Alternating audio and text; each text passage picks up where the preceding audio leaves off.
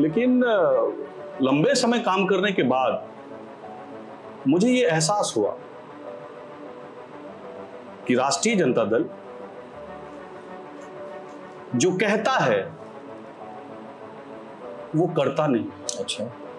राष्ट्रीय जनता दल जो है MY समीकरण की पार्टी। मुस्लिम यादव। बिल्कुल जी।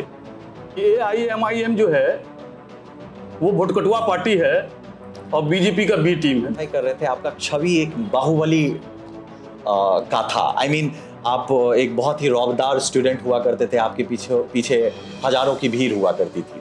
जी उन्हीं लोगों को गेट के अंदर बुलाते थे जिन लोगों को पहले से तय था जो टिकट देना था। प्रदेश अध्यक्ष अख्तरुद्दीन साहब बजाबता लेटर लेके ढोल बजा के नगाड़ा पीपी बजा करके जी और तेजस्वी जी को बोल रहे हैं कि भाई हमें गठबंधन का हिस्सा बनाओ बनाओ बनाओ। ओके। और तेजस्वी जी बोल रहे हैं कि हम नहीं बनाएंगे नहीं बनाएंगे नहीं बनाएंगे। और मुसलमानों का सबको वोट चाहिए, सबको, सभी पार्टियों को सिर्फ मुसलमानों का वोट चाहिए। और जब मुसलमान अपने हक की बात करेगा और अपने अधिकार की बात करेगा तो उनको कहा जाएगा कि भैया आप झुनझुना ले लीजिए और झुनझुना बजाते रहिए कि तेजस्वी ने मेरे पीठ पर छुरा मारा इसलिए हम चले गए एनडीए में। तो पहले तो ये तय हो जाए। अच्छा। अगर हमें कभी मौका मिला आदरणीय प्रधानमंत्री जी से मिलने का तो हम उनसे यही कहना चाहेंगे, मरना सबको है, एक न एक दिन सब इस दुनिया से चला जाएगा, कोई कुछ लेके नहीं जाएगा, कुछ नहीं। ये तेज प्रताप यादव जी को राजद से निकाला गया है, अब मतलब निकाला गया है या वो खुद हटे पता नहीं, वो अपना खुद का एक पार्टी निर्माण किया। आपको क्या लगता है कि वो कहीं ना कहीं वो पार्टी एक मेजर रोल प्ले करने वाली है इस विधानसभा इलेक्शन में? नमस्कार दोस्तों, आप लोग का स्वागत है द अविनाश कश्यप शो के एक और नए एपिसोड में। आप लोगों से एक बहुत ही हम्बल रिक्वेस्ट करना था। आप लोगों में से कई लोग हमारे वीडियो को देखते तो जरूर हो लेकिन हमारे चैनल को सब्सक्राइब नहीं करते हो। क्या होता है ना कि जब आप हमारे चैनल को सब्सक्राइब करते हो ना तो हमारा भी हौसला बढ़ता है और हमें मोटिवेशन मिलता है आप लोगों के लिए अच्छे अच्छे गेस्ट बुलाने का और अच्छे अच्छे कंटेंट बनाने का। सो प्लीज हमारे चैनल को सब्सक्राइब जरूर कीजिएगा। आज जो हमारे गेस्ट है ना वो करीब 2.5 दशक से समाज सेवा करते आ रहे हैं।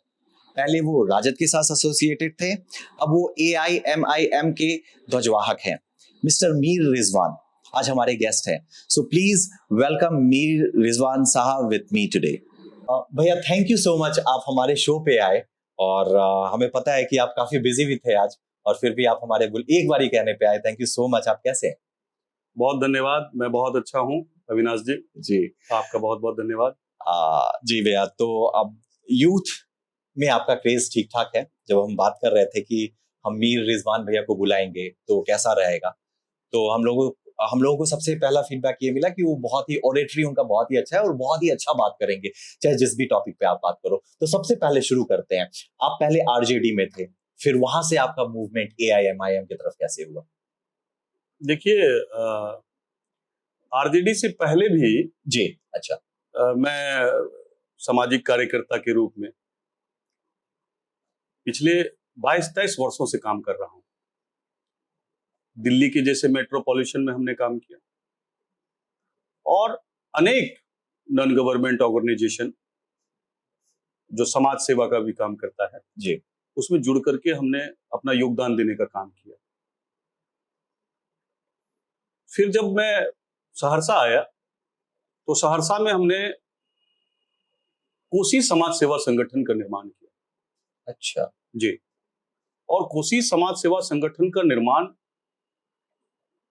करने के बाद जो भी पॉसिबिलिटी समाज सेवा के क्षेत्र में हम लोगों के द्वारा हुआ, हम लोगों ने 24/7 सेवा देने का काम किया। अच्छा। और जब मुझे ऐसा लगा कि संगठन के बैनर तले हम बहुत विस्तार से समाज का सेवा नहीं कर सकते और मजबूती जो है नहीं मिल सकती, तो सब लोगों के विचार के बाद आदरणीय श्री लालू प्रसाद यादव जी के मंच पर अच्छा और श्री तेजस्वी यादव जी के मंच पर, दोनों मंच पर जो है हमने राष्ट्रीय जनता दल को ज्वाइन करने का काम किया। अच्छा। और लंबे समय से राष्ट्रीय जनता दल से जुड़ करके सिपाही की तरह मैंने काम शुरू करने का काम किया। लेकिन लंबे समय काम करने के बाद मुझे ये एहसास हुआ कि राष्ट्रीय जनता दल जो कहता है वो करता नहीं। अच्छा। जैसे आप सब जानते हैं कि राष्ट्रीय जनता दल के सुप्रीमो ने कहा था, उनके जो नेता हैं श्री लालू श्री प्रसाद। हाँ जी। नहीं मैं श्री तेजस्वी प्रसाद यादव की बात कर रहा हूं। अच्छा। उन्होंने कई मंचों पर उन्होंने कहा कि जिसकी जितनी संख्या भारी उतनी उसकी हिस्सेदारी। तो आप समझिए कि बिहार में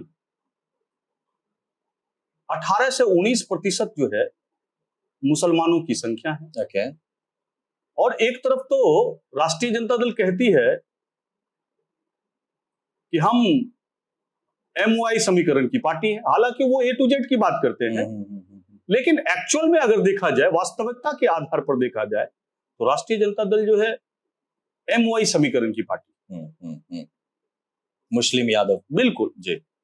और उस आधार पर आप देखेंगे तो 18% जो मुसलमान जो बिहार में रहते हैं, 18 से 19%, उस आधार पर आप देखेंगे तो दूर दूर तक कहीं भागीदारी नहीं नजर आती। तो हम जैसे लोग जब भी पटना में कोई कार्यक्रम हुआ और मुझे अपनी बात को रखने का अवसर मिला, तो हमने बेबाकी से अपनी बात को रखने का काम किया। अच्छा जी। हमने श्री तेजस्वी यादव जी के सामने हमने उनको कहा कि आपने कहा कि जिसकी जितनी संख्या भारी उतनी उसकी हिस्सेदारी। तो हम 18% हैं, हमें अपना हिस्सेदारी चाहिए। तो जब हमारे जैसे लोग बेबाकी से अपनी बात करते हैं तो इग्नोर किया जाता है। अच्छा। नजरअंदाज किया जाता है आरजेडी में। हाँ बिल्कुल। तब मुझे लगा कि AIMIM एक ऐसी पार्टी है, एक ऐसा मंच है जहां से हम अपने हक की बात कर सकते हैं, अपने अधिकार की बात कर सकते हैं। और आज अगर आप देखेंगे राष्ट्रीय स्तर पर अगर कोई अल्पसंख्यकों की बात कर रहा है जी, अगर कोई दलितों की बात कर रहा है, अगर कोई गरीब गुरबों की बात कर रहा है, अगर कोई वंचित समाज, शोषित समाज की बात कर रहा है, तो वो हमारे बैरिस्टर असदुद्दीन ओवैसी साहब। अच्छा। और प्रदेश में, मैं बिहार प्रदेश की बात कर रहा हूं, और प्रदेश में जब आप जानेंगे तो आप देखेंगे कि हमारे आदरणीय प्रदेश अध्यक्ष अख्तरुल ईमान साहब विधानसभा में बेबाकी से हक की और अधिकार की बात करते हैं। अच्छा। मैं प्रभावित हुआ और मैंने AIMIM को ज्वाइन किया। ओके। और आप ये जान लीजिए, आपके प्रश्न करने से पहले मैं उत्तर देना चाहता हूं। जी जी जी। कि आप कहेंगे, आप आने वाले समय में ये प्रश्न पूछेंगे हमसे कि आप कहेंगे कि AIMIM जो है वो भोटकटुआ पार्टी है और बीजेपी का बी टीम है। जी जी। ये आप पूछना चाह रहे थे। जी जी जी है मेरे हम लिस्ट में वो आएंगे। हमारे बड़े बड़े नेताओं से ये प्रश्न पूछा जाता है। जी जी। हम तो अदना सा सिपाही हैं। अरे बिल्कुल। तो बिल्कुल आप ये सवाल पूछेंगे हम उस टाइम पे आपसे वो जवाब लेंगे। अभी नहीं लेंगे क्योंकि वो उस टाइम पे हम इसीलिए जवाब लेंगे क्योंकि उसका हम लंबा जवाब चाहेंगे। ठीक है। तो आपके हिसाब से पॉलिटिक्स क्या है? आपका मकसद क्या था पॉलिटिक्स में? देखिए, पॉलिटिक्स तो प्योर राजनीति का मतलब और आधार ही सेवा है। अच्छा। राजनीति का मतलब और आधार ही सेवा है। तो मेरी नजर में तो राजनीति सेवा का माध्यम है। सीधी तौर पर। वो अलग बात है कि आज का वर्तमान राजनीति इतना गंदा हो चुका है, यहां पर न राष्ट्रवाद है न समाजवाद है। यहां पर आज के वर्तमान राजनीति में जातिवाद है, पूंजीवाद है, अवसरवाद है, परिवारवाद है, चाटुवाद है। अब वर्तमान राजनीति में अगर अपवाद को छोड़ दिया जाए, कहीं समाजवाद नहीं है, कहीं राष्ट्रवाद नहीं। ओके। तो आपका मकसद मेन था कि आप बिल्कुल सामाजिक सेवा में आना चाहते थे। निश्चित तौर पर। क्योंकि आपके बारे में जब हम डिटेल निकाल रहे थे तो हमने देखा कि लेकिन आप सामाजिक कार्यों में बहुत बढ़ चढ़ के हिस्सा लेते हो। पिछले साल आपने हजारों कंबल वितरण किया था ठंड के समय में। आप टाइम टू टाइम शिविर लगवाते हो, रक्तदान आप बहुत बारी आप रक्तदान करवाते हो शिविर लगा के, चाहे विकलांग का पेंशन वाला हो, चाहे विधवा पेंशन वाला हो, चाहे प्रधानमंत्री आवास योजना, लोगों के पास आपके गांव में, राजनपुर एरिया में, चाहे आपके विधानसभा में, लोगों के पास जब भी कोई प्रॉब्लम होता है तो आप बहुत रीचेबल रहते हो, जबकि आप पावर में नहीं हो। तो आप ये कैसे कर पाते हो? देखिए, ये सौभाग्य है हमारा जी, ये सौभाग्य है हमारा कि ईश्वर ने, अल्लाह ने मुझ जैसे नाचीज को जरिया बनाया। ये अपने आप को मैं अपने आप का सौभाग्य मानता हूं। हमारे दरवाजे पर जब आप जाएंगे तो डेली दर्जनों सैकड़ों लोग आते हैं अपना प्रॉब्लम लेकर। बिल्कुल जी, अन्य अन्य समस्याओं को लेकर। किन्हीं को राशन कार्ड बनवाना है, किन्हीं के राशन कार्ड में नाम जोड़ना हटाना है, नाम में संशोधन करवाना है, किसी का वृद्धा पेंशन, विकलांग पेंशन, विधवा पेंशन बनवाना है, किसी को इंदिरा आवास, जो आप कह रहे थे प्रधानमंत्री आवास या मुख्यमंत्री आवास, जी ये है, जन्म प्रमाण पत्र है, मृत्यु प्रमाण पत्र, अनेक ऐसी समस्याएं हैं।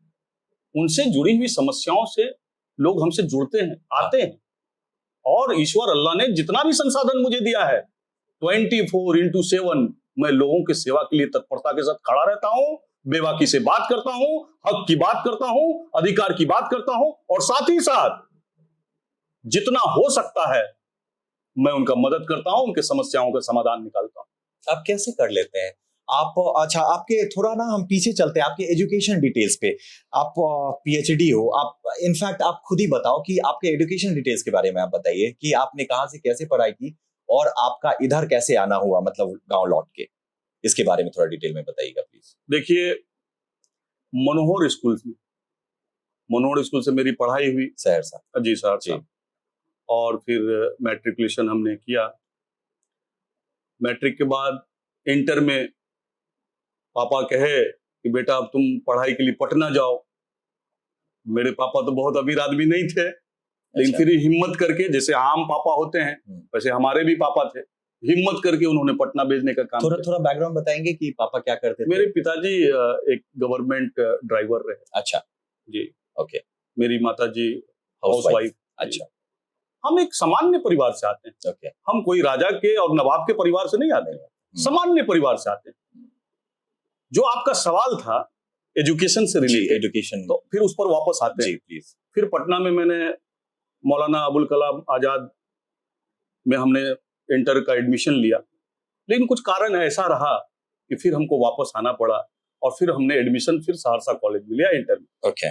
और फिर इंटर भी हमारा सहरसा कॉलेज से हुआ, ग्रेजुएशन भी हमारा सहरसा कॉलेज से हुआ, और फिर एमए भी हमने बीएन मंडल यूनिवर्सिटी से किया। अच्छा। एमए भी हमने पॉलिटिकल साइंस में किया, और अभी मेरा पीएचडी चल रहा है जो पॉलिटिकल साइंस से चल रहा है। Okay okay. आप बीच में कुछ दिनों के लिए दिल्ली में थे पढ़ाई लिखाई को लेके? नहीं, मैं एक्चुअली मैं बताऊं आपको जी, मेरा दिल्ली जाने का या मुंबई जाने का, मैं मुंबई में भी थोड़ा दिन रहा, दिल्ली में भी थोड़ा दिन रहा जी। तो पढ़ाई के साथ साथ हम वहां शहीद भगत सिंह सुखदेव सेवा दल नामक एक संगठन था। अच्छा। जहां मुझे अवसर मिला कि वहां काम करें। ओके। और हम वहां पर जुड़कर हमने समाज सेवा के क्षेत्र में काम किया। Okay okay okay. और फिर हम जहां भी रहे तो वहां पर हमारा एक नेचर रहा कि हम जो है समाज के लिए कुछ करें। तो इसलिए जहां भी रहे हम, मेरे नेचर में रहा कि हम समाज के प्रति डिवोट रहे। आप जब पढ़ाई कर रहे थे उसके बीच में हमें जानकारी मिली कि आप उस बीच में जब आप पढ़ाई कर रहे थे आपका छवि एक बाहुबली का था। I mean, आप एक बहुत ही रौबदार स्टूडेंट हुआ करते थे, आपके पीछे हजारों की भीड़ हुआ करती थी, है ना? तो उससे क्या, उसके बारे में थोड़ा बताइए, उसका ट्रांजिशन फिर उससे एक इस चीज में, पॉलिटिक्स में ट्रांजिशन ऐसा क्या है, उसके बारे में थोड़ा खुल के बताइए हमें। देखिए, ये आप जिस जमाने की बात कर रहे हैं जी, उस जमाने में मैं बहुत युवा हुआ करता था। और उस जमाने में मैं सहरसा बस्ती में रहता था। अच्छा। और सहरसा कॉलेज में मैं पढ़ाई करता था। ओके। तो मेरे एक नेचर में रहा कि हम इंसाफ की बात करें, हम हक की बात करें। तो आप समझिए उस जमाने में जो लोगों के साथ नाइंसाफी हुआ करता था, सपोज कीजिए कि किसी की बहन के साथ कोई गुंडा मवाली टाइप का इंसान अभद्र व्यवहार कर दे, या फिर किसी के प्रॉपर्टी पर जबरदस्ती कब्जा करना चाहे, या कोई अपराधी चरित्र का लोग है और वो किसी पर जो है अपराध करता हो, तो अपराधी से जब आप बात करने के लिए जाएंगे और उनको बोलिएगा कि हजूर मेरा नाम मीर रिजवान है और कृपया कर आपने जो इनका मोबाइल छीना है वो दे दें, वो उनको दे दीजिए, मैं आपका एहसानमंद रहूंगा। तो आपको क्या लगता है कि वो अपराधी जो है वो बोलेगा हाँ हाँ बैठिए चाय पीजिए, आपका मोबाइल वापस कर देते हैं? ऐसा नहीं होता है। क्या वो कहीं ना कहीं वो जो आपका एक क्रेज बना वहां पे, लड़के साथ जुड़े, बहुत सारे भीड़ आपके साथ जुड़ी, कहीं ना कहीं वहीं से आपके दिमाग में राजनीति का ख्याल आया? नहीं, एक्चुअली मैंने आपको बताया जी जी कि मेरे जीन में सामाजिक सेवा है। अच्छा, हाँ बिल्कुल, मतलब दुनिया के किसी भी कोने में किसी भी प्रोफेशन में मैं रहा, लेकिन कहीं मन नहीं लगा।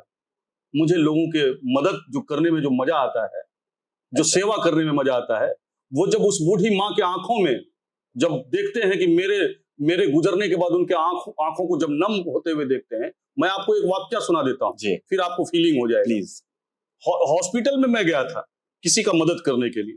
वहां पे एक रिक्शा चलाने वाले की पत्नी हमसे मुलाकात करती है और हमको बोलती है, चूंकि मैं ब्लड बैंक में था, हमको बोलती है कि भैया हमको मेरे पति का बहुत तबीयत खराब है और हमको जो है ब्लड की बहुत जरूरत है। कोई नहीं है देखने वाला, कोई रैंडम कोई नहीं। अच्छा, क्योंकि उनको पता चला कोई बोला होगा कि ये सामाजिक कार्यकर्ता है तो जाके इनसे मिलिए, हो सकता है ये मदद कर दे आपका। जी। तो फिर वो महिला मेरे पास आई तो हम उनके पति को देखे। उनका पति एक पांव से विकलांग था और फिर जाकर के मैंने अपने बदन का, क्योंकि ओ पॉजिटिव था उनका, मेरा भी ओ पॉजिटिव, तो मैंने जो है डोनेट कर दिया तुरंत ब्लड को। अच्छा। और ब्लड को डोनेट करने के बाद जो है कई महीने के बाद बीत जाने के बाद, जब हम जिस जगह पर वह रहती थी महिला, जहां पर उनका घर था, उस होकर के जब हम क्रॉस कर रहे होते हैं और जो महिला हमको देखती है तो वो मेरे, अब कैसे बता, जैसे माँ अपने बेटे से गले रख के रोने लगती है, वैसे वो महिला आकर के हमसे चिपक के रोने लगती है और मुझे आशीर्वाद और दुआ देने लगती है कि बेटा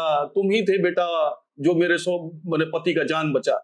ये कमाई और ये दौलत हम समझते हैं सबसे ज्यादा है, सबसे बड़ा है। तो ये मेरे अंदर ये किक मिलता है, हमको हमें किक मिलता है इस वजह से।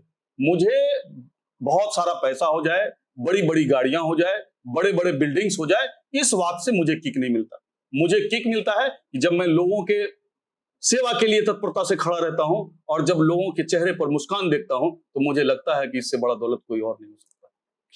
तो जब आप समाज सेवा करके खुश हो ही, आपको किक मिलता ही है, तो फिर आप राजनीति में क्यों आना चाहते हो? राजनीति कैसे हेल्प करता है फिर वहां? देखिए अच्छा सवाल है आपका, बहुत अच्छा सवाल है। देखिए आए दिन चूंकि आप उस सवाल पर आए नहीं, बाद में आना ही पड़ता आपको, लेकिन मैं पहले ही उत्तर देना चाहता हूं आपको कि जब हम आए दिन जब सामाजिक काम करते हैं, कई वर्षों से 22-23 साल से लगातार सेवा और संघर्ष मेरा जारी है, तो जब हम आए दिन शुरुआती समय में जब हम ब्लॉक जाते थे, जब हम हॉस्पिटल जाते थे, जब हम कोर्ट कचहरी जाते थे, तो देखते थे भ्रष्टाचार जो है वो पैमाना पर, चरम सीमा पर भ्रष्टाचार है। मतलब आप ये कह सकते हैं, मैं भारतवर्ष की बात नहीं करूंगा, लेकिन बिहार का कोई ऐसा टेबल नहीं है जिस टेबल पर भ्रष्टाचार नहीं है मेरे भाई। कहीं पर 100 रुपया में आदमी बिक रहा है, कहीं पर लाखों करोड़ों में आदमी बिक रहा है, लेकिन भ्रष्टाचार हर जगह है, हर एक फील्ड में। हाँ बिल्कुल। तो जब मेरे पास कोई पीड़ित परिवार आता था, पीड़ित व्यक्ति जब मेरे पास आता था, मदद के लिए आता था और मेरे पास जब अनुरोध करता था, आग्रह करता था कि भैया मेरा जो है इंदिरा आवास का काम करवा दीजिए, भैया हमारा जो है वृद्धा पेंशन नहीं मिल रहा है, विधवा पेंशन नहीं मिल रहा है, विकलांग पेंशन नहीं मिल रहा है, राशन कार्ड नहीं बना है, ऐसे अनेक समस्याओं के लिए जब हम उनके निष्पादन के लिए जाते थे, तो शुरुआती समय में पता चलता था, अरे भाई ये काम तो बोलने में जितना आसान है, करने में तो उतना कठिन है। और एक व्यक्ति, जो हमारी बुजुर्ग महिलाएं हैं, जो हमारे पिता तुल्य जो लोग रहते हैं, वो लोग 25 किलोमीटर पैदल चल करके ब्लॉक आते हैं, और जब ब्लॉक आते हैं अपना वृद्धा पेंशन करवाने के लिए, विधवा पेंशन करवाने के लिए, विकलांग पेंशन करवाने के लिए, राशन कार्ड बनवाने के लिए, कोई भी काम करवाने के लिए, तो पता चलता है साहब तो है नहीं। अच्छा। तो साहब है नहीं, तो वो जो हमारी बूढ़ी माँ है, वो जो पिता तुल्य व्यक्ति हैं, वो वापस लौट जाते हैं। फिर वो दोबारा आते हैं तो पता चलता है भाई जो है ऑनलाइन काम नहीं कर रहा है, और लिंक फेल है। ये सच में होता है या वो पैसा के चक्कर में? ये आपके व्यूअर जो है, जो देखेंगे वो इस बात को जानेंगे। आम जनता की इसकी पूरी तरीके से जानकारी है जी। भ्रष्टाचार कौन इससे बचाए मेरे भाई? अरे आप खुद अगर फीलिंग करेंगे तो आप खुद एहसास करेंगे, भ्रष्टाचार कोई नहीं छूटा है, सबको पता है। तो जब हमारे जैसे लोग जाते थे तो पता चलता था एक तो परेशानी, भ्रष्टाचार के साथ साथ परेशानी भी हो रहा है। तो फिर हम अपने गांव में, जब से आज हम लगभग 8-9 वर्षों से राजनपुर में वहीं पर हम अपना कार्यालय बनाकर वहीं पर बैठ गए। और मेरा जिद है कि जब तक हम एक आइकॉनिक वहां पर बना नहीं देंगे, जब तक वो आदर्श नहीं बना देंगे, तब तक मेरा संघर्ष वहां तक जारी रहेगा। और आपको लगता है ये बन पाएगा? क्योंकि ये इसमें तो एक लोगों का इन्वॉल्वमेंट नहीं है, या पूरा सिस्टम अगर करप्ट है तो आप पूरे सिस्टम वही सवाल था आपका, मैं जवाब देना चाह रहा था। वही सवाल था आपका कि भ्रष्टाचार कैसे आप सामाजिक काम से कैसे आप पॉलिटिक्स में आ गए। हाँ, मतलब वही नहीं, मेरा ये सवाल था कि आप सामाजिक काम तो वैसे ही कर सकते हो, तो फिर राजनीति आपको क्यों चाहिए? यहीं पर मेरा उत्तर छुपा हुआ है जी। उसके बाद जब हमें परेशानियां होने लगी, हमको लगा कि भाई हम जैसे आम व्यक्ति जो बेगैर पद पर हैं, तो बेगैर पद पर, बेगैर संवैधानिक के पद पर रहने के बाद आपको कोई अधिकारी सुनने वाला नहीं है। हालांकि मेरे साथ ऐसा कुछ नहीं है, क्योंकि हम भगत सिंह के विचारों पर चलने वाले लोग हैं, चंद्रशेखर आजाद के विचारों पर चलने वाले लोग हैं, अशफाकुल्ला खान के विचारधारा पर चलने वाले लोग हैं, तात्या टोपे के विचारधारा पर चलने वाले लोग हैं, राजगुरु के विचारधारा पर चलने वाले लोग हैं। इसीलिए हम ऐसे डरने वाले लोग नहीं हैं, हम लड़ने वाले लोग हैं, जो बेईमानी के खिलाफ, भ्रष्टाचारी के खिलाफ हमेशा लड़ते रहे हैं और जीवन के आखिरी सांस तक लड़ते रहेंगे। अच्छा। तो इसी क्रम में जब मैं जाता था काम करवाने के लिए, तो शुरुआती समय में तो बहुत परेशानी हुआ जी। लेकिन जब लोगों को ये पता चल गया कि भैया ये मीर रिजवान है, अगर इसका काम नहीं करोगे, इसके गरीब जनता का काम नहीं करोगे, या जिस गरीब जनता के लिए आया है, जिसके हक की बात कर रहा है और अधिकार की बात कर रहा है, इसका काम नहीं करोगे, छोड़ने वाला में से नहीं है, ये लड़ने वालों में से है। तो धीरे धीरे सब लोगों को पता चल गया। जब सब लोगों को पता चल गया, अब तो हमारा एक फोन ही काफी है। अच्छा। हेलो भाई, भेज रहे हैं, देख लीजिएगा। तो उनको पता है, भेज रहे हैं, देख लीजिएगा, मतलब काम करना है आपको। नहीं करोगे तो मैं, वो कोई दरवाजा नहीं है ऐसा जिसको मैं नहीं खटखटाऊंगा जहां तक मुझे इंसाफ नहीं मिल पाएगा। तो ऐसे नेचर के हैं हम। अच्छा। तो इसलिए मैं ये समझता हूं कि जो बगैर पद पर हम कर रहे हैं, अगर मुझे ईश्वर ने, अल्लाह ने फ्यूचर में कभी भी भविष्य में अगर मुझे संवैधानिक पद मिलता है, तो आपको आश्वस्त करना चाहते हैं और आपके इस वीडियो के माध्यम से समाज के अंतिम व्यक्ति तक संदेश भी पहुंचाना चाहते हैं। यकीनन, मैं कह रहा हूं यकीनन, मैं जिस दिन संवैधानिक पद पर बैठूंगा, और मैं आपको बोल रहा हूं संवैधानिक पद से पहले, आज मैं जिस क्षेत्र में रहता हूं उस क्षेत्र में अपवाद छोड़ के भ्रष्टाचार खत्म करवा चुका हूं, बेईमानीगिरी खत्म करवा चुका हूं। वहां कोई दलाली नहीं होता है, वहां कोई भ्रष्टाचारी वाला काम नहीं करता है। अब बोलिएगा कैसे? तो मैं बताता हूं कैसे, सुनिए। आप देखिए, है क्या, मेरा एक दुकान खुला, पहले एक दलाल का दुकान खुला हुआ था, एक बिचौलिया का दुकान खुला हुआ था, दर्जनों के तादाद में। वहां पर लोग जाते थे अपना काम करवाने के लिए, पेंशन करवाने, मान के चलिए वृद्धा पेंशन करवाने के लिए गए, विधवा पेंशन करवाने के लिए गए, विकलांग पेंशन करवाने के लिए 2000 से 5000 फिक्स है दलाल का पेंशन का। हाँ, कि भैया लाओ कागज पत्तर, आपका काम करवा देंगे, आपको 5000 रुपया देना होगा। राशन कार्ड बनवाना है, 3000 लाइए, 4000 लाइए, 5000 लाइए, काम करवा देंगे। तो पहले तो दुकान था 10 गो 15 गो, पहले से दुकान था। अब एक ऐसा दुकान खुला जिस दुकान में पैसा ही नहीं लिया जाता है। अच्छा, और ये आपने शुरू किया? बिल्कुल। अच्छा। बिल्कुल। मैं क्या कहना चाहता हूं, इस बात को समझिए। अब एक ऐसा जगह मिल गया लोगों को। अच्छा। कि जहां लोग आते हैं, अपना डॉक्यूमेंट्स देते हैं और पैसा ही नहीं खर्चा करते, मतलब पैसा 1 रुपया का भ्रष्टाचार नहीं होता। तो वो जो दुकान था दर्जनों, जहां भ्रष्टाचार होता था, जहां बिचौलियागिरी होता था, वो तो अपना शटर बंद करके दिल्ली पंजाब चले गए। अच्छा। तो मैं जिस क्षेत्र में रहता हूं उस क्षेत्र के आम जनों से पूछेंगे कि क्या तुम्हारा काम कौन करता है, तो पता चलेगा एक दुकान खुल गया है जहां 1 रुपया नहीं लगता और सब लोगों का सब काम होता है। तो फ्री में कैसे काम कर सकते हैं? बता रहा हूं। पहले आपको क्वेश्चन में क्लियर कर देता हूं। जी। उसके बाद आप ये आइए इस बात पर कि अगर संवैधानिक पद मुझे मिलता है, हाँ, बगैर संवैधानिक बाद में आने वाला, बगैर संवैधानिक पद के तो रिजवान काम कर रहा है, लेकिन अगर जनता मालिक ने आने वाले भविष्य में अगर मुझे उस लायक समझा और संवैधानिक पद पर मैं बैठता हूं, तो भ्रष्टाचार 0, बिचौलियागिरी 0, बेईमानी 0। ये हमारा नेक्स्ट क्वेश्चन था कि आप अपने आप को नेक्स्ट पॉलिटिक्स में कहां देखते हो? मतलब आप क्या विधायक का इलेक्शन लड़ने वाले हो, या कहीं से आपको टिकट मिलने वाला है, या आप कैसे उसके लिए आगे बढ़ रहे हो? देखिए, मैंने पिछले समय में जी राष्ट्रीय जनता दल में मैं था, और पिछले समय में मैंने 2 बार अपनी प्रबल दावेदारी पेश किया था राष्ट्रीय जनता दल में। अच्छा, राजद से विधानसभा चुनाव के लिए। अच्छा, हाँ, सिमरी बख्तियारपुर विधानसभा। अच्छा। तो पहली बार में तो आदरणीय लालू प्रसाद यादव जी बोलते हैं उपचुनाव में कि ऐसा करो कि अभी तो नए कार्यकर्ताओं को तो हम लोग मौका नहीं दे रहे हैं, लेकिन नेक्स्ट टाइम जब मेन चुनाव आएगा तो उसमें जरूर युवाओं को मौका दिया जाएगा। और तेजस्वी जी भी कह रहे थे, ठीक है, कि युवाओं की सरकार, तेजस्वी सरकार। तो हम लोगों ने सोचा कि हम जैसे युवाओं को मौका मिलेगा और जब अवसर मिलेगा तभी साबित कर पाएंगे। करेक्ट, जब अवसर मिलेगा तभी साबित कर पाएंगे। जब हम विधानसभा के सदस्य बनेंगे, विधायक बनेंगे, सदन में पहुंचेंगे, तभी तो विधानसभा में अपने क्षेत्र के हक और अधिकार की बात को मजबूती से उठा पाएंगे। जी, बिल्कुल। तभी तो हम अपने क्षेत्र में भ्रष्टाचार और जो बिचौलियागिरी है उसको बंद कर पाएंगे। जी, करेक्ट। तो इस अंतर्गत जो है दूसरे जब मेन चुनाव आया तो आदरणीय लालू प्रसाद यादव जी से मेरी बात हुई। उन्होंने कहा कि मेरा पूरा पोर्टफोलियो लिया गया, मेरा सारा कुछ लिया गया और मेरे पूरे इतिहास के बारे में उनको पहले से जानकारी था। अच्छा। वो मेरे लिए भी अचंभित था कि आदरणीय लालू प्रसाद यादव जी पहले से ही हमको जानते हैं। तो उसके बाद जो है उन्होंने कहा कि ऐसा है, परसों तुम चले जाओ 10 नंबर पे तेजस्वी जी से मिल लो।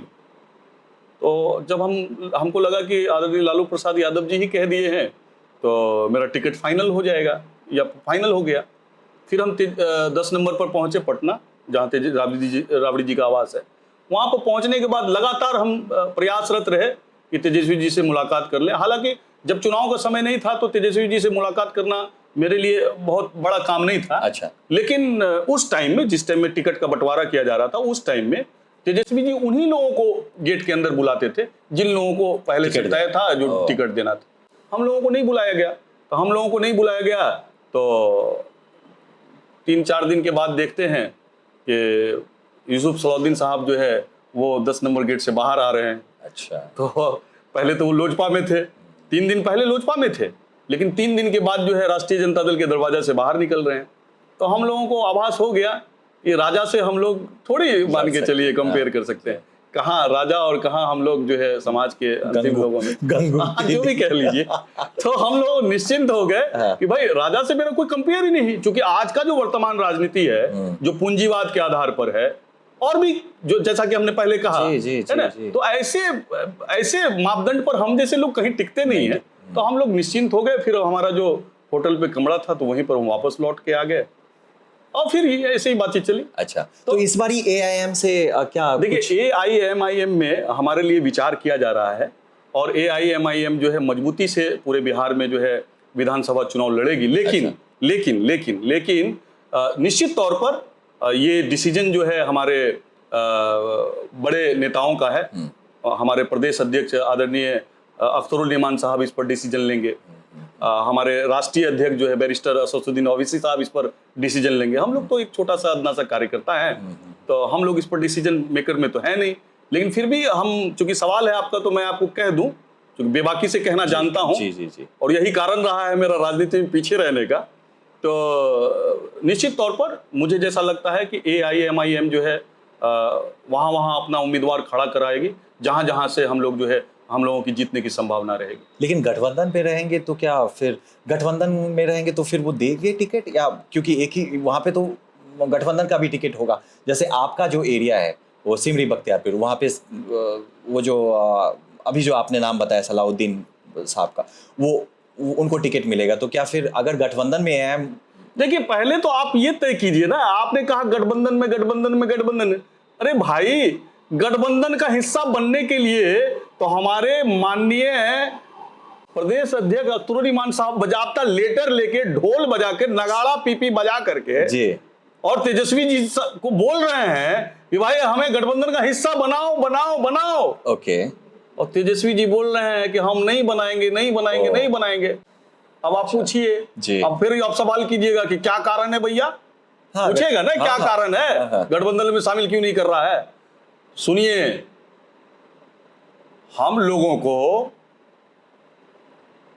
सिर्फ हम लोगों को वोट के लिए इस्तेमाल किया जाता है। हम लोग 18 से 19% बिहार में हैं और मुसलमानों का सबको वोट चाहिए। सबको, सभी पार्टियों को सिर्फ मुसलमानों का वोट चाहिए।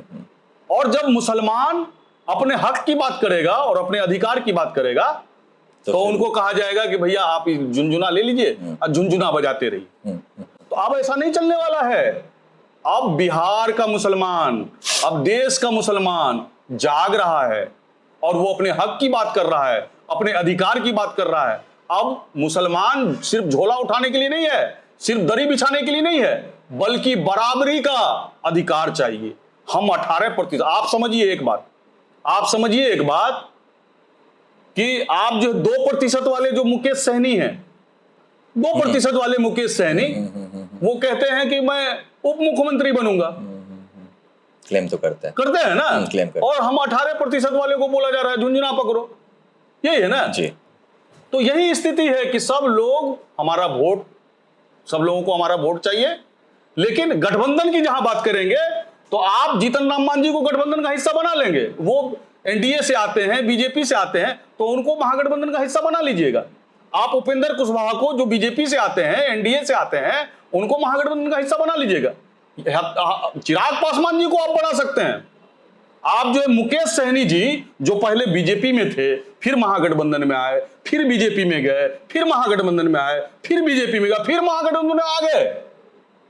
तो भैया आपको AIMIM को गठबंधन में लेने से क्या दिक्कत है? दिक्कत है, उन लोगों को दिक्कत है। वो लोग चाहता है कि सिर्फ मुसलमानों का वोट लें, उसमें किसी नेता को खड़ा नहीं होने दें। क्यों, ऐसा क्यों है? वो क्यों नहीं चाहते कि मुस्लिम्स भी आगे बढ़े और वो एक जैसे चीफ मिनिस्टर या डिप्टी चीफ मिनिस्टर, वो ऐसा मानना क्यों है? मतलब उन लोगों का ऐसा सोच क्यों है? आपको क्या लगता है? सोच तो स्पष्ट है ना। आप देखिए 2005 की बात, जब 2005 में विधानसभा का चुनाव होता है जी, होता है ना, तो लोजपा वहां पर 28 सीट जीत करके आते हैं। और लोजपा जब 28 सीट जीत करके आते हैं तो उसमें लोजपा समर्थन देने का एक बनाते हैं कि आपको मैं तब समर्थन दे दूंगा जब आप किसी अपने ही पार्टी से, आरजेडी को अपने ही पार्टी से किसी मुस्लिम को मुख्यमंत्री बनाए, घोषणा करें। लेकिन उस टाइम आरजेडी ने फिर से चुनाव करवा दिया। उस टाइम पे फिर से चुनाव करवा दिया, राष्ट्रपति शासन लग गया और फिर से आम चुनाव हुआ विधानसभा का। लेकिन आपने किसी मुस्लिम को उम्मीदवार घोषित नहीं किया। अच्छा, तो ये तो स्पष्ट है कि आप नेता नहीं बनाना चाहते, मुसलमानों में किसी को नेता नहीं बनाना चाहते, मुसलमानों को सिर्फ जो है दरी बिछाने के लिए रखना चाहते हैं। अच्छा, तो इस बारी AIM का प्लान है कि हर एक जगह से फिर टिकट आपको भी शायद मिल सकता है आपकी जगह से? देखिए, हमने पहले ही कहा आपसे जी कि AIMIM में जो टिकट बंटवारे की बात है, ये हमारे आदरणीय नेता जी जी जी जी अख्तरुल ईमान साहब करेंगे। लेकिन आपके हिसाब आपका तो कुछ सोच होगा ना, क्योंकि आप इतने दिन से वहां पे सर्व कर रहे हैं और आपके अलावा कोई ऑप्शन है उनके पास कि आपको नहीं मिल सकता है? हम उस कॉन्टेक्स्ट में पूछ रहे थे। देखिए, बिहार प्रभारी जो हमारे आदरणीय माजिद हसन साहब, अच्छा, वो कोऑर्डिनेट कर रहे हैं और सारे लोगों का जो रिपोर्ट है वो हैदराबाद जा चुका है। अच्छा, इसी क्रम में जो है हमारा भी रिपोर्ट हैदराबाद गया हुआ है। ओके। और पार्टी हित में अगर पार्टी जो है सिमरी बख्तियारपुर विधानसभा चुनाव लड़वाएगी तो निश्चित तौर पर चुनाव लड़ा जाएगा। निश्चित तौर हाँ, पे। बिल्कुल। तो वहां पे जो आपके फिर ओपोनेंट है यूसुफ सलाउद्दीन सर, उनको आप कैसे देखते हैं? क्योंकि वो भी मुस्लिम वोट कट करेंगे का अच्छा खासा, और आप भी, लेकिन वहां पे उन्हीं के अगेंस्ट ये करने वाले। ऐसा है, सबसे पहले तो ये तय होगा जी, अभी तो महागठबंधन हो या एनडीए हो जी, उनके जो पार्टनर पार्टी हैं, पहले तो उन्होंने अपना सीट शेयरिंग नहीं किया है। अच्छा, सबसे पहले तो कौन सा सब पार्टी रहेगा अथवा नहीं रहेगा, तो इस पर विचार होगा। ओके जी, कि महागठबंधन में कौन कौन सी पार्टी रहेगी, या फिर से महागठबंधन की कोई पार्टी ये कह दे कि तेजस्वी ने मेरे पीठ पर छुरा मारा इसलिए हम चले गए एनडीए में। तो पहले तो ये तय हो जाए। अच्छा, सेकेंड राउंड में जब पार्टी में अस्थिरता हो जाएगा कि भाई महागठबंधन एनडीए में ये पार्टी हैं, उसके बाद तय होगा कि कौन कौन सी पार्टी को कितना कितना सीट मिलेगा। अच्छा, और आपसी सहमति बन जाएगी। तब उसके बाद यह तय किया जाएगा कि किस किस पार्टी को कौन कौन से विधानसभा का सीट मिला है। अच्छा, तब तो उम्मीदवार की बात होगी ना। आप डायरेक्ट उम्मीदवार की बात कर रहे हैं। अच्छा, तो अभी जिस व्यक्ति की आप बात कर रहे थे जी, हाँ, तो उनका तो आखिरी में पता चलेगा कि यहाँ से उम्मीदवार हैं अथवा नहीं है। अच्छा, क्योंकि अगर वीआईपी पार्टी को अगर सपोज कीजिए, अगर सीट मिल जाता है सिमरी बख्तियारपुर, तो फिर क्या होगा? आप बताइए क्या होगा? फिर तो वीआईपी अपना उम्मीदवार उतारेगी, करेक्ट, वहां एनडीए अपना उम्मीदवार उतारेगा, करेक्ट, तो एनडीए से तो आप समझ रहे हैं, फिर वीआईपी से भी कोई अदर ही उतरेगा, तो फिर तो गैप बनेगा ना एआईएमआईएम का। तो फिर जब गैप बनेगा तो जब बॉलिंग किया जाएगा तो निश्चित तौर पर छक्का मारने के लिए तैयार है। अच्छा, अच्छा। अभी तो थोड़ा सा पीछे और चलते हैं। अभी आप बात कर रहे थे भ्रष्टाचार का, जो कि ऑफ कोर्स बहुत देखने को मिलता है हर एक फील्ड में, जहां जाओ आप, थाना जाओ, कचहरी जाओ, हर एक जगह वो भ्रष्टाचार का है। प्रॉब्लम तो ये है ही कंप्लीट बिहार में, इनफैक्ट कंप्लीट इंडिया का भी प्रॉब्लम है। तो मैं आपके इस पे आना चाह रहा हूँ, मतलब आप जो काम करते हो अभी, जो समाज के लिए आप काम करते हो, उसमें खर्चा तो बहुत होता होगा। जैसे पिछली बार, अभी हम फिर से उसी चीज पे आ रहे हैं, आप हजारों कंबल वितरण करते हो, मतलब आप किसी के लिए हेल्प, जैसे सहरसा में भी किसी, वहां के किसी इंसान को सहरसा में कोई हेल्प की जरूरत है, आप अपना तेल जला के 2-4 आदमी के साथ आते हो, चाहे किसी भी रिलेटेड काम हो, आप आते हो, आप खर्च करते हो बेसिकली। तो आपका सोर्स ऑफ इनकम क्या है? अब बेसिकली देखिए पहले बड़ा अच्छा सवाल है आपका, और बहुत सारे लोग ये सवाल हमसे पूछते भी हैं कि भाई आप तो इतना बड़ा बड़ा काम करते हैं, हाँ, तो पैसा कहाँ से आता है? पैसा कहाँ से? कुछ लोग तो इसलिए भी जुड़ते हैं कि भैया रिजवान बड़ा माने काम करता है, लाखों लाख का माने खर्चा करता है, तो इतना पैसा आता कहाँ है उसके? जी बिल्कुल, मेरा क्वेश्चन यही है। तो पहले तो 2 बात समझिए। अच्छा, ये टच करने का काम किया, बड़ा अच्छा सवाल है जी। पहली बात ये है कि शुरुआती समय में, क्योंकि जीन है अपने अंदर का, जो वो चीज है सामाजिक काम करने का, जो जुनून और ललक है, उसी में किक मिलता है, तो करना तो वही है। तो शुरुआती समय से घर से खर्चा करते थे। इतना घर से खर्चा किए कि मेरा जो जमीन था वो बिक गया। अच्छा, मेरा जो दुकान था वो बिक गया, और जिस गाड़ी पर मैं चढ़ता था, मेरे पास 4 व्हीलर स्कॉर्पियो था, वो भी बिक गया। तो ये भी पार्ट है खर्च करने का, लेकिन मैं इस पर तवज्जो नहीं दूंगा, इसको प्राथमिकता नहीं दूंगा। निश्चित तौर पर जब आप अच्छा करने का प्रण लेंगे, जब आप अच्छा करने का संकल्प लेंगे, तो निश्चित तौर पर वो कहता है ना कि आप आगे बढ़ो, अगर नीयत सही रहेगा ना तो कायनात सब आपको सपोर्ट करेगा, है ना। तो वो चीज है। आज भी सहरसा शहर में या अन्य शहरों की बात करें तो आज भी ऐसे लोग मौजूद हैं जो अच्छे लोगों को मदद करना चाहते हैं, जो ईमानदार लोगों को सपोर्ट करना चाहते हैं। और जब मैं लगातार 20-22 साल से संघर्ष कर रहा हूं, सैकड़ों, हजारों, लाखों लोगों का हमने सेवा किया है। इसी क्रम में जब मैं किसी के पास जाता हूं, सपोज कीजिए कोई आदरणीय डॉक्टर साहब के पास हम जाते हैं, तो डॉक्टर साहब के पास जब जाते हैं किसी गरीब मरीज का पैरवी लेकर के कि सर ये गरीब मरीज है, कुछ नहीं है इसके पास, अपना पशु बेच दिया है, अपना घर बेच करके आया इलाज कराने के लिए, हमारा आपसे निवेदन है कि इनका थोड़ा सा, क्योंकि आप जो है धरती के भगवान हैं, ईश्वर का दूसरा रूप है, तो भाई चाहे जो भी हो, चाहे डॉक्टर्स हों, चाहे इंजीनियर्स हों, चाहे प्रोफेसर्स हों, चाहे अधिकारी भी क्यों ना हो, जो भी लोग हों, उनके मन में कहीं ना कहीं इंसानियत जरूर छुपा होता है। हम कहते भी हैं कि देखिए डायन भी जो होती है ना, डायन वो भी अपने बच्चा को जो है संभाल के रखती है, तो डायन भी एक घर छोड़ के चलती है। तो आपको हमारा निवेदन है, एक घर छोड़ के चलिए, कम से कम सेवा करने का हम लोगों को मौका दीजिए।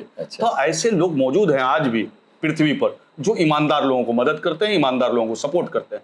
और निश्चित तौर पर सहरसा में दर्जनों नहीं, सैकड़ों नहीं, हजारों ऐसे लोग हैं, जब आप नियत सही कर करके और ईमानदारी से जब आप अच्छा काम करने के लिए निकलिएगा तो मदद मिलेगी आपको। तो इसी क्रम में हमने हजारों हजार कंबल जो है ठंड के समय में बांटने का काम किया, हमने जो है रक्तदान शिविर लगाने का काम किया, हमने निःशुल्क चिकित्सा शिविर लगाया जिसमें 12 डॉक्टर, जो 12 डॉक्टर्स थे, वो 12 डॉक्टर्स, बड़े बड़े डॉक्टर्स, सब लोगों को हमने, गायनोकोलॉजिस्ट को, सर्जन को, हमने फिजिशियन को, हमने आई स्पेशलिस्ट को, हमने ऑर्थोपेडिक को, हमने हर विभाग के डॉक्टर से वहां पर आग्रह करके लाने का काम किया और एक बड़ा सा निःशुल्क शिविर लगाया और उसमें तकरीबन 6 से 7 हजार लोगों का इलाज हुआ। 2 दिवसीय हमारा कार्यक्रम था और उसमें 25 लाख से भी ज्यादा का दवा भी मुफ्त में बंटवारा हो। आप कहिएगा आया कहां से? वही डॉक्टर्स ने हेल्प किया। आप कहिएगा आया कहां से? जी, कहां से? भाई 22-23 साल से संघर्ष कर रहे हैं, इतना तो मेरा पहचान हो गया है कि हम अगर किन्हीं से निवेदन करते हैं, आग्रह करते हैं, तो वही वाला बात हो जाएगा, ये एक घर जो है डायनो छोड़ के चलती। अच्छा, तो आपको इतना सपोर्ट मिलता है और निश्चित तौर पर अच्छे लोगों की कमी नहीं है, लेकिन शर्त ये है कि आप ईमानदारी से जब आप समाज सेवा कीजिएगा, जब ऐसा नहीं चंदा ले रहे हैं। आपको एक वाक्य सुना दे इसी बात पर जी। एक हमारे सहयोगी थे, हमारे साथ संघर्ष में साथी थे। उनका क्या काम था, एक अनाथ बच्ची थी जो अनाथ आश्रम में रहती थी और विकलांग भी थी दोनों पांव से। उनकी जिम्मेवारी हम लोगों ने उठाया शादी करवाने का, कि हम लोग जो है इस बच्ची की शादी में जो भी संसाधन लगेगा हम लोग करेंगे। हत्ता कि हम कई लोगों से संपर्क भी किए, किसी से जेवर होता है जेवर दिलवाने का काम किए, किसी से बर्तन बासन दिलवाने का काम किए, किसी से टेंट लगवाने का काम किए, किसी से नाश्ते का प्रोग्राम करवा दिए। इस तरीके से हम लोग काम कर रहे थे। उसमें से जो मेरे एक सहयोगी थे, वो सहयोगी क्या किया कि एक जो रसीद छपवा लिया। अच्छा। एक रसीद छपवा लिया और रसीद छपवा करके अपने अपने इलाके में घूम के मुखिया से, सरपंच से, समिति से, जिला परिषद से, विधायक से, सांसद से कि भाई हम कर रहे हैं, इसमें थोड़ा डोनेशन चाहिए, डोनेशन चाहिए, डोनेशन। तो एक हम माननीय मुखिया जी के पास बैठे हुए थे ऐसे ही, तो उन्होंने चर्चा किया कि भाई रिजवान जी आप तो बड़ा अच्छा काम कर रहे हैं, आप तो एकदम महान काम कर रहे हैं, आप तो एक गरीब बच्ची की शादी करवा रहे हैं जो अनाथ भी है और उसका विकलांग भी है, ऐसा अच्छा काम कर रहे। तो हमने भी मदद किया। हमने कैसे मदद की भाई? तो आपका एक आदमी आया था एगो रसीद लेकर के चंदा कटवाने के लिए और वो हमने भी उसमें 1000 रुपये डोनेट किया। अच्छा, और वो आपको पता ही नहीं है? मुझे पता नहीं है। जैसे ही मुझे पता चलता है दूसरे दिन आपातकालीन बैठक बुला करके ऐसे आदमी को संगठन से निष्कासित करने का काम किया गया। तो यही हम कहते हैं कि जब आप ईमानदारी से काम कीजिएगा ना, जब आप खुददारी से काम कीजिएगा, अच्छा, और इंसानियत और मानवता को सर्वोपरि रखिएगा, तो अच्छे लोग मदद करने के लिए हमेशा खड़े रहते हैं। आपके हिसाब से राजनीति कैसा है अभी? राजनीति में यूथ को आना चाहिए? देखिए, हमने तो पहले ही कहा आपको कि राजनीति में गंदगियां भरी हुई है। बेबाकी से मैं बात कर रहा हूं। जी जी जी। अब फिर कई सवाल आ जाएगा। हमारे सोशल मीडिया पर कहा जाता है कि राजनीति गंदा है तो आप क्यों हैं? अरे भैया, गंदगी साफ करने के लिए भी तो अच्छे लोगों को आना पड़ेगा। राजनीति में गंदगियां हैं, ढेर सारी गंदगियां हैं, लेकिन उस गंदगी को साफ करने के लिए अच्छे लोगों को राजनीति में आने की आवश्यकता है। आपको नहीं लगता है कि एक पोजीशन मिलने के बाद फिर वो उसी रंग में रंग जाते हैं, चाहे जो भी अच्छे लोग भी?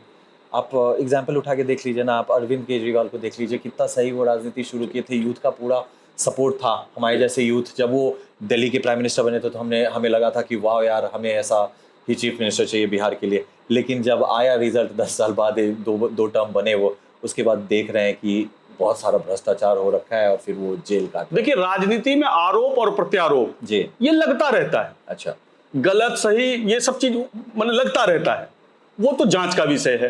अगर किसी पॉलिटिशियन पर भ्रष्टाचार का आरोप लगा है तो हमारे देश में कानूनी प्रक्रिया है, अदालत है, तो ये अदालत पर छोड़ दीजिए। अच्छा। पहले तो ये साबित हो जाए कि फलना नेता भ्रष्ट है, फिर उस भ्रष्ट नेता पर हम लोग बात करेंगे जी, है ना।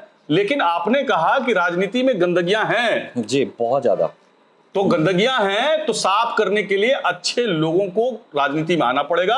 और आपके माध्यम से हम बिहार समेत जो है पूरे देश के युवा साथी से आग्रह भी करते हैं, उनसे निवेदन भी करते हैं कि आइए सच्चाई की ओर, आइए इंसानियत की ओर, आइए मानवता की ओर, आइए मोहब्बत की ओर, और आइए और आ करके राजनीति की गंदगी को साफ कीजिए। तभी आप सुभाष चंद्र बोस के आधार पर चलने वाले लोग होंगे, तभी भगत सिंह के आधार पर चलने वाले लोग होंगे, तभी सुखदेव और अशफाकुल्लाह खान के विचारों को सतत प्रतीत करने वाले युवा होंगे आप। और लोगों की भी अपनी जिम्मेवारी है भाई, हमारी भी नैतिक जिम्मेवारी है। हम समाज में रहते हैं, आरोप लगाना बड़ा आसान है कि भाई वो गंदा काम कर रहा है, गंदा। तो आप आइए ना अच्छा काम करने के लिए, आपको कौन रोका हुआ है? आप आइए, यही चीज। ओवैसी साहब को ओपोजिशन वाले हमेशा बोलते हैं कि ये जो है एक वोट कटवा पार्टी है और ये बीजेपी को फायदा पहुंचाने वाली पार्टी है। इसके बारे में आप क्या कहेंगे? आपकी क्या राय है इसमें? देखिए, इस प्रश्न का उत्तर संक्षिप्त में तो हमने पहले ही दे दिया है। अब इसका विश्लेषण कर दें हम आपको। देखिए, हमारी जो पार्टी है ना, इनको इसलिए बीजेपी का बी टीम लोग कहते हैं, जो लोग ये चाहते हैं कि मुसलमानों को, दलितों को, गरीबों को, मजलूमों को दबा करके रखें, उसको कुचल करके रखें। ऐसे लोग ही आरोप लगाते हैं कि AIMIM बीजेपी का बी टीम। हमने पहले ही कहा, उपेंद्र कुशवाहा वो बीजेपी का बी टीम नहीं है। जीतन राम मांझी वो बीजेपी का बी टीम नहीं है। मुकेश सहनी ये बीजेपी का बी टीम। अब मुकेश सहनी पर आ जाइए। मुकेश सहनी अगर चुनाव लड़ता है कहीं पर तो उनको बीजेपी का बी टीम नहीं कहा जाता। उपेंद्र कुशवाहा जी लड़ते हैं, उनको बीजेपी का बी टीम नहीं कहा जाता। चिराग पासवान जी लड़ते हैं तो उनको बीजेपी का बी टीम नहीं कहा जाता। तो वो कहावत है ना कि कमजोर की बौ तो सब की बौ है। तो आप जो कमजोर लोगों को कह रहे हैं, ए भैया दिल्ली में एआईएमआईएम पार्टी क्या सभी सीट पर चुनाव लड़ा था? यूपी में क्या एआईएमआईएम सभी सीट पर चुनाव लड़ा था? बिहार में क्या एआईएमआईएम 243 सीट पर चुनाव लड़ता है? नहीं। तो कैसे फिर जो है हर जगह जो है एनडीए जीत जाता है या उस तरह की बात होती है? तो जहां जहां एनडीए जीतता है वहां आप बीजेपी का बी टीम, जबकि वहां पर जो है कुछ ही सीट पर एआईएमआईएम का उम्मीदवार खड़ा होता है। तो आप इसका क्रोनोलॉजी समझिए। इसका क्रोनोलॉजी ये है कि सिर्फ मुसलमानों से झोला उठवाया जाएगा, दरी बिछवाया जाएगा, और जब अधिकार की बात करेंगे मुसलमान और दलित बात करेंगे तो उनको बीजेपी का बी टीम कहा जाएगा। स्पष्ट है ये। अब ऐसा नहीं चलने वाला है, बिल्कुल नहीं चलने वाला है। अब हम लोग अपने अधिकार को लेकर के रहेंगे, अपने हक को लेकर के रहेंगे। एआईएमआईएम क्या मुस्लिम के लिए ही पार्टी है या जेन्युइनली एक इंक्लूसिव पार्टी है? देखिए ये आप देखिए एआईएमआईएम में आप बजरंगी पंडित भाई जैसे लोग हैं, राणा रंजीत जैसे लोग हैं, आप देखिए उसमें रंजीत यादव जी जैसे लोग हैं, और मुखर होके अभी देखिए ढाका से चुनाव लड़ रहे हैं। हमारी पार्टी ने उनको प्रत्याशी बनाया है। कैसी बात कर रहे हैं? हमारी पार्टी सबको सम्मान देना चाहती है, हमारी पार्टी सबको सम्मान देती है। आप आइए, आपका स्वागत है। हम तो आपके माध्यम से कहना चाहेंगे कि यहां पर ये एआईएमआईएम में यहां सभी के हक और अधिकार की बात किया जाता है ना। सबके लिए स्वागत है, सबकी पार्टी है, सब लोग आ सकते हैं, सब लोग जुड़ सकते हैं, और सब लोग अपने हक और अधिकार की बात कर सकते हैं, जैसा कि हम लोग अपने हक और अधिकार की बात कर रहे हैं। तो बिहार में कास्ट बेस्ड पॉलिटिक्स, ये तो सब जानते हैं, कंप्लीट कास्ट बेस्ड पॉलिटिक्स है। तो क्या बिहार के कास्ट बेस्ड पॉलिटिक्स और एआईएम का आइडियोलॉजी कंपैटिबल है? ये कितना, मतलब एआईएम जब यहाँ पे आएगी तो आपको लगता है कि ये बिहार के कास्ट बेस्ड पॉलिटिक्स में इनका आपका जीतना या सीट ये करना? देखिए, सबसे इस प्रश्न का उत्तर हम 2 बार पहले भी दे चुके हैं। अच्छा। तीसरी बार देना चाहते हैं। अच्छा। कि आपने कहा जी कि एआईएमआईएम कास्ट पॉलिटिक्स कर रही है। नहीं तो बिहार में कास्ट बेस्ड पॉलिटिक्स है। अच्छा। लेकिन एआईएमआईएम का अपना एक दूसरा सोच है। वो अपने 19% या 18% जो उनका ये है कि वो चाहते हैं कि उनको अपना हक मिले, उनको नहीं मिल रहा है कोई भी, जैसे किसी भी पार्टी के मतलब जीतन राम मांझी अपने समाज की बात करे तो ठीक है। नहीं, मैं बता रहा हूं आपको, जीतन राम मांझी अपने समाज की बात करे तो ठीक है, उपेंद्र कुशवाहा अपने समाज की बात करे तो ठीक है, चिराग पासवान अपने समाज की बात करे तो ठीक है, यहां तक कि मुकेश सहनी जी ये अपने समाज की बात करे तो ठीक है, और हम अपने समाज की बात करें तो गलत है। नहीं, ये बिल्कुल गलत नहीं मैंने बोला। मैंने ये पूछा कि बिहार में तो कंप्लीट कास्ट बेस्ड पॉलिटिक्स है, तो एआईएमआईएम का जो है वो विचारधारा बिल्कुल अलग है। कैसे अलग, बताइए तो सही। वो अभी आप देख लीजिए, गलत नहीं, पहलगाम में हमला हुआ जी, हमारे देश के नागरिकों, पाकिस्तानी आतंकवादियों के द्वारा हत्या कर दी गई। टीम बना सबसे ज्यादा लोकसभा में, और सबसे ज्यादा जब टीम बन करके विदेश में गया लोग टीम बन करके, तो सबसे मुखर तरीके से कोई आवाज उठाने वाले थे तो वो हमारे बैरिस्टर असदुद्दीन ओवैसी साहब थे। आप कैसी बात कर रहे हैं? हम तो कह रहे हैं, हम तो अपने हक और अधिकार की बात कर रहे हैं, हम तो गरीबों के हक की बात कर रहे हैं, हम तो अल्पसंख्यकों के हक की बात कर रहे हैं, हम तो दलितों के हक की बात कर रहे हैं। तो हक का बात करना अगर गुनाह है तो समझ लीजिए हम गुनहगार हैं। नहीं। अच्छा, अभी आपने बात किया हमने पहलगाम अटैक के बारे में।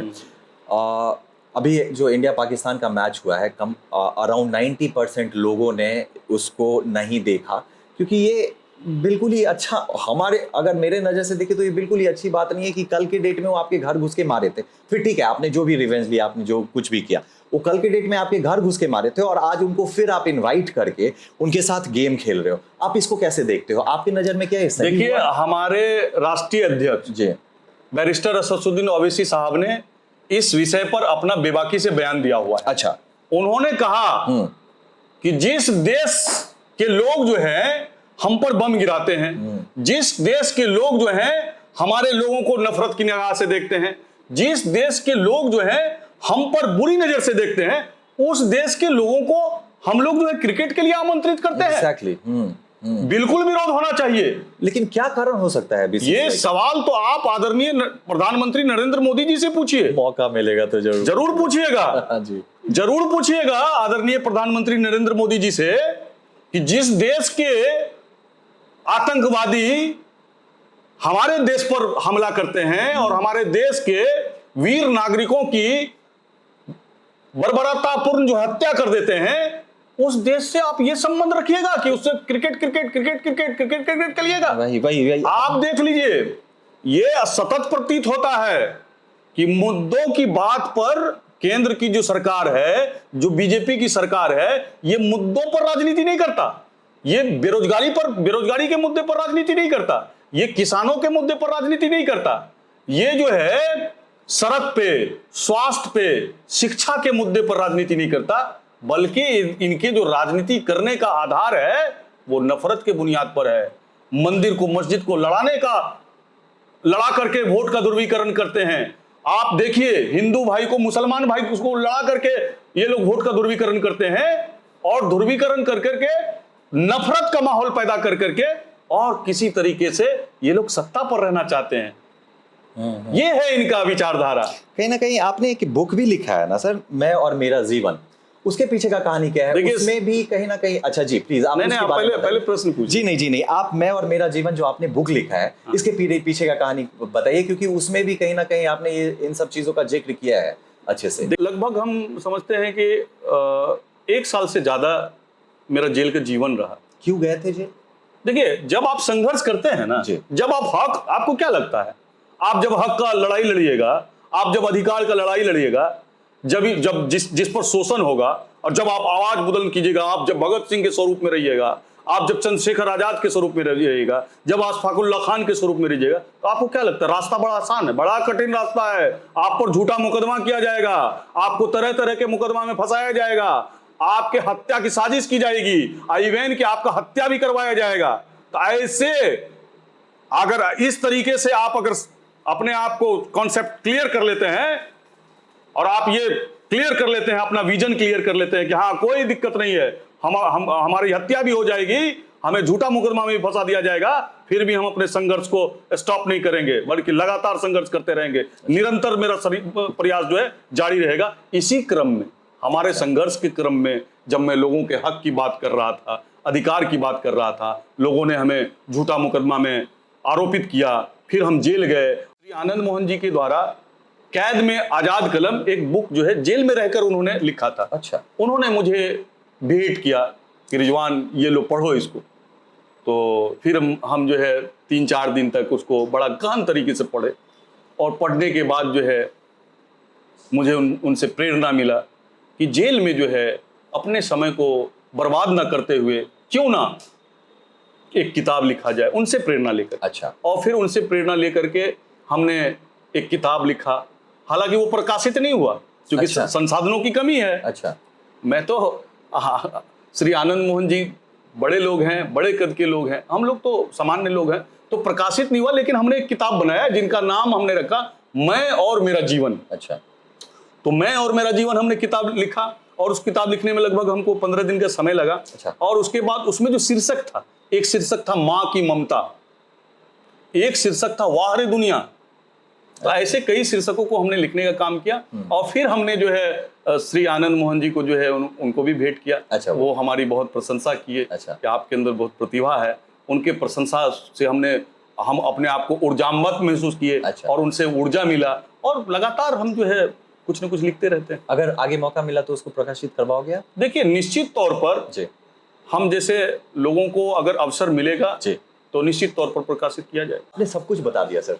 आप अपने घर के होम मिनिस्टर के बारे में बात नहीं की है ज़्यादा, क्योंकि लोग आपको पर्सनली भी जानना चाहते हैं। लोग अभी आपको जानते हैं, सोशल मीडिया पे आपको बहुत लोग जानते हैं, आपके समाज में तो आपको लोग जानते ही है, लेकिन आपके बारे में, आपके ऊपर जो राज करती हैं, जो आपके घर की होम मिनिस्टर है, उनके बारे में थोड़ा बता दीजिए, फिर हम रैप अप कर लेंगे।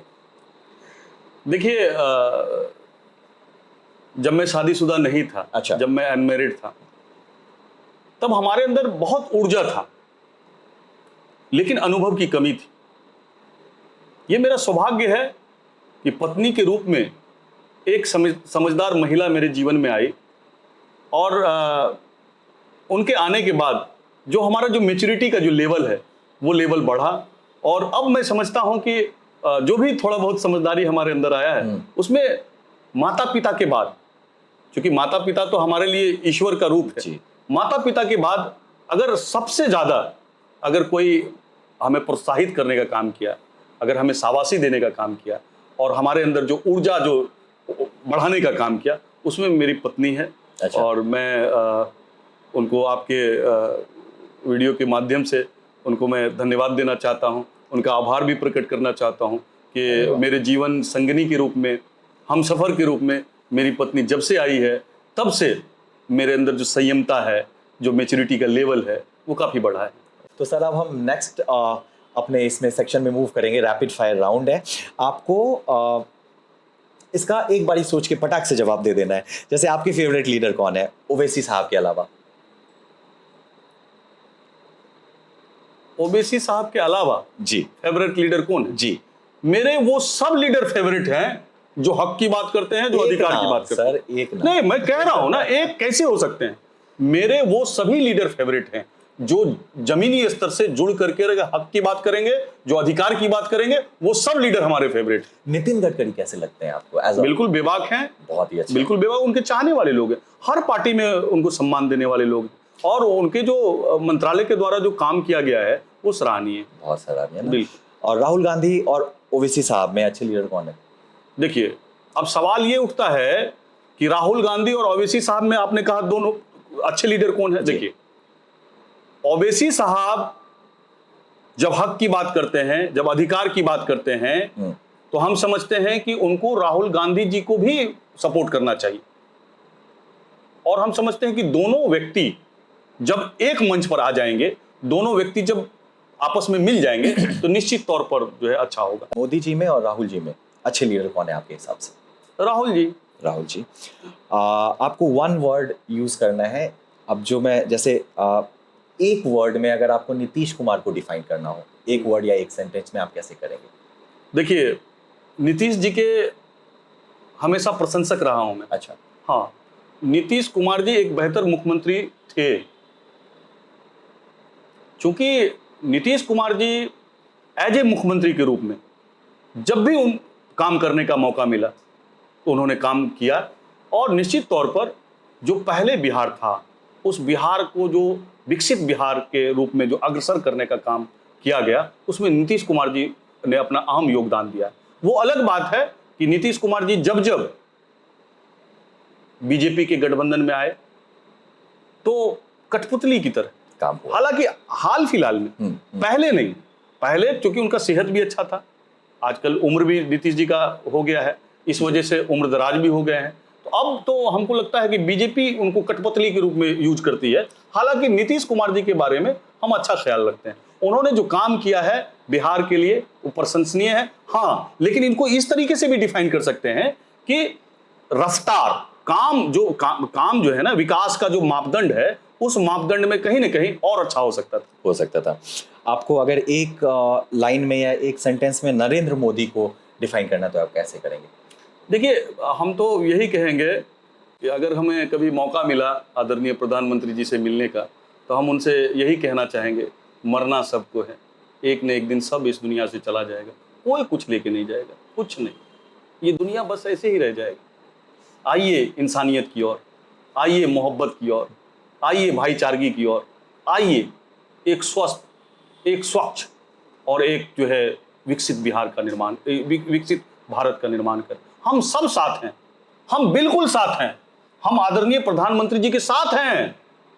इसलिए साथ हैं कि जब आप विकास के मुद्दों पर बात करेंगे, मैं प्रधानमंत्री जी के साथ हूं। जब आप राष्ट्र निर्माण की बात करेंगे, मैं प्रधानमंत्री जी के साथ हूं। लेकिन जब आप मंदिर मस्जिद को लड़ाने की बात करेंगे तो मैं आपका विरोधी हूं। जब आप हिंदू भाई को मुसलमान भाई से लड़ाने का काम करेंगे तो मैं आपका विरोधी हूं। जब आप आपसी एकजुटता में लड़वाने का काम करेंगे, विद्रोह पैदा करने का काम करेंगे, असमानता फैलाएंगे, तो उसमें मैं विरोधी हूं।